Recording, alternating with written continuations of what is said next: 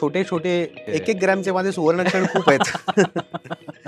बरेचदा असं व्हायचं की खळे काका त्यांचा तेव्हा गळा चालायचा नाही, त्यामुळे मग ते ना जे नवीन साली कंपोज करायचे यांच्यासाठी, म्हणजे पंडितजींसाठी किंवा किशोरीताईंसाठी वगैरे, त्या माझ्याकडून बसवून घ्यायचे आणि त्यांच्याकडे एक टेप रेकॉर्डर होता छोटा, त्याच्यामध्ये ते कॅसेटवरती आम्ही ते रेकॉर्ड करायचो, मग ती कॅसेट मी त्यांना नेऊन द्यायचो.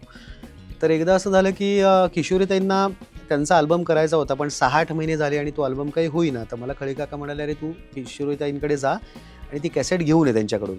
तर मी प्रभादेवीला त्यांच्या घरी गेलो आणि मी बेल वाजवली, तर ताईंनीच दरवाजा उघडला आणि मी म्हटलं, असं मला खळे काकांनी पाठवलं, ती कॅसेट तुमच्याकडे ना, ती त्यांनी मागितली आहे परत. हो हो, आणते करून त्या आत गेल्या आणि त्याच कॅसेट घेऊन आल्या परत आणि कॅसेट देता देता मला म्हणाल्या की कोण गायलं रे याच्यात? तर मला एवढा मी घाबरलो, म्हटलं आता आपण कसं सांगू मीच गायलो. म्हटलं घाबरत म्हटलं, ताई मीच गायलो. हो का, अच्छा बरं गातोस हा, एवढ्याच त्या म्हणाल्या.